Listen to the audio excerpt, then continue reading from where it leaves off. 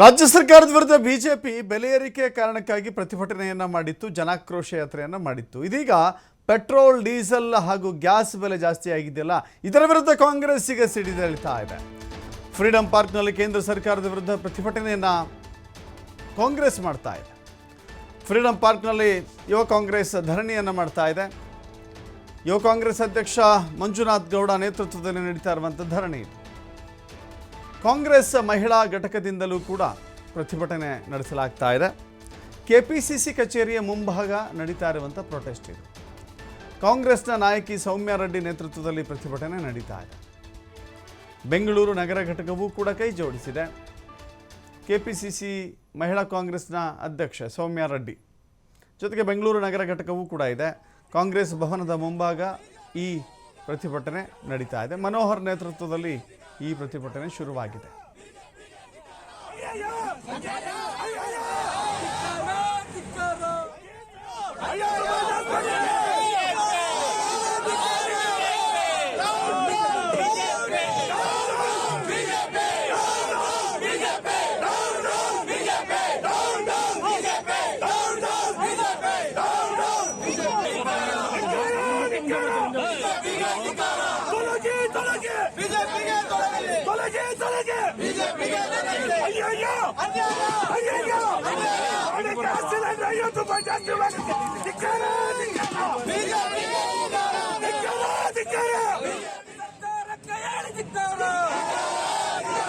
ನರೇಂದ್ರ ಮೋದಿ ಸರ್ಕಾರಕ್ಕೆ ಹೇಳಿ ಧಿಕ್ಕಾರ,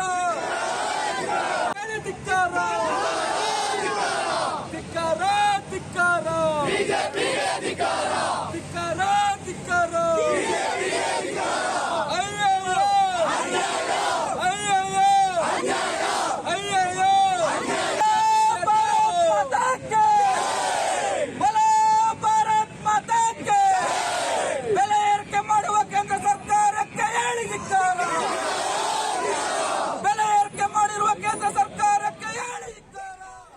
ನಿನ್ನೆ ಬಿಜೆಪಿ ಕಾರ್ಯಕರ್ತರು ಬೀದಿಗಿಳಿದು ಮೈಸೂರಿನಲ್ಲಿ ಜನಾಕ್ರೋಶ ಯಾತ್ರೆಯನ್ನು ಆರಂಭ ಮಾಡಿದ್ರು.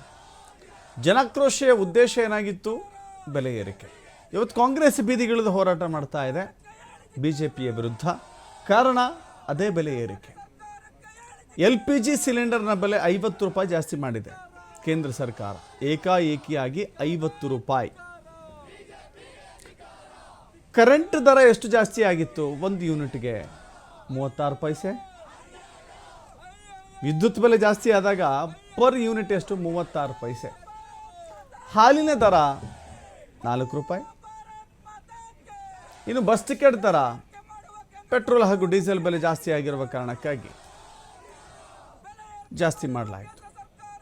ಸೊ ಹೀಗಾಗಿ ಈ ಎಲ್ಲ ಬೆಳವಣಿಗೆಗಳ ಮಧ್ಯೆ ರಾಜ್ಯದ ಜನ ಬೆಲೆ ಏರಿಕೆಯ ಬಿಸಿಯನ್ನು ಅನುಭವಿಸ್ತಾ ಇತ್ತು.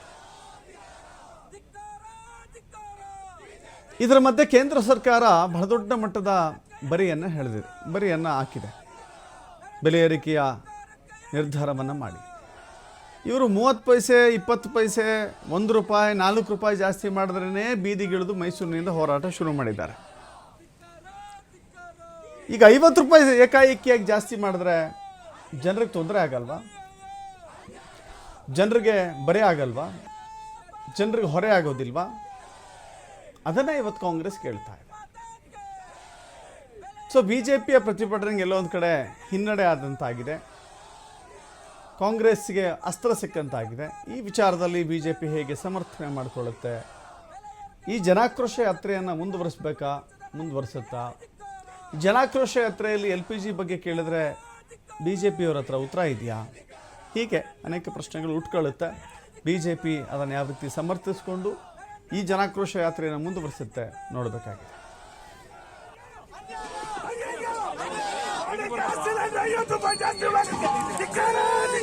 ಬಿಜೆಪಿಗೆ